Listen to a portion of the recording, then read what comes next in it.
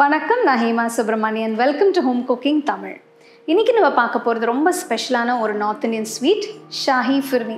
இப்போ ஃபிர்னி பார்த்தீங்கன்னா கொஞ்சம் கிட்டத்தட்ட பாயசம் மாதிரி இருக்கும், ஆனால் கொஞ்சம் நல்லா திக்காக இருக்கும். இது வந்து அரிசியும் பாலும் சேர்ந்து செய்யக்கூடிய ஒரு ஸ்வீட். இது எப்படி செய்கிறதுன்னு பார்க்கலாம்.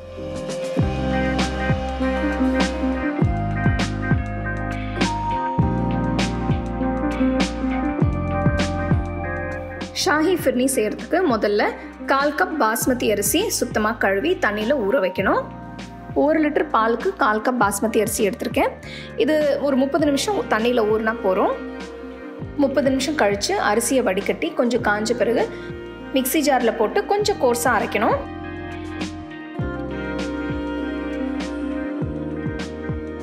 அடுத்தது ஒரு கடாயில் 1 டீஸ்பூன் நெய் எடுத்து ஒரு சின்ன துண்டு பட்டை போட்டு இதில் 1 லிட்டர் ஃபுல் க்ரீம் பால் ஊற்றணும்.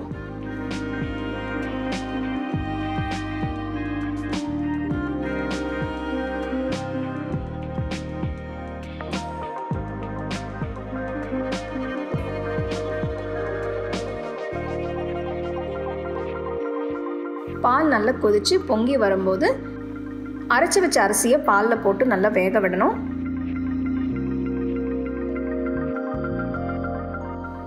ஃப்ளேம் லோவில் வச்சு கொதிக்க விடுங்க. அரிசி முழுசாக பாலில் வெந்தால் தான் நல்லாயிருக்கும்.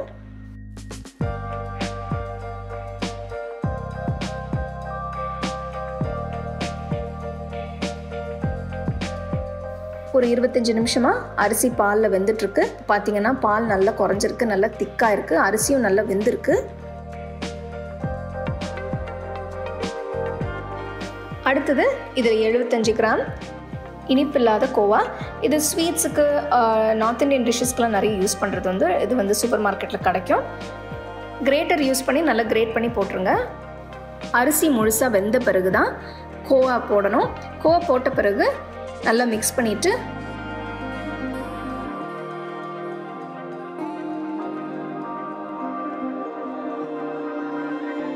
அடுத்தது 1 கப் சர்க்கரையும் சேர்த்து நல்லா மிக்ஸ் பண்ணிவிடுங்க.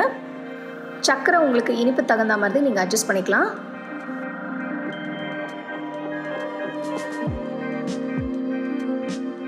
அடுத்தது கொஞ்சம் குங்குமப்பூ போட்டு அடுத்தது இதில் 1 டீஸ்பூன் ஏலக்காய் பொடி, ஸ்லைஸ் பண்ண பிஸ்தா, மெலிசா ஸ்லைஸ் பண்ண பாதாம், கொஞ்சம் முந்திரி துண்டுகள், இதையும் சேர்த்து நல்லா மிக்ஸ் பண்ணிவிடுங்க.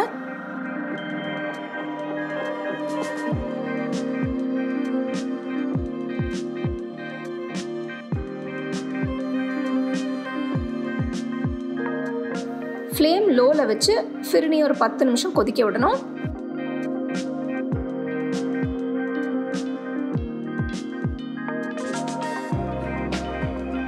பிரமாதமான ஷாஹி ஃபிர்னி ரெடியாக இருக்குது.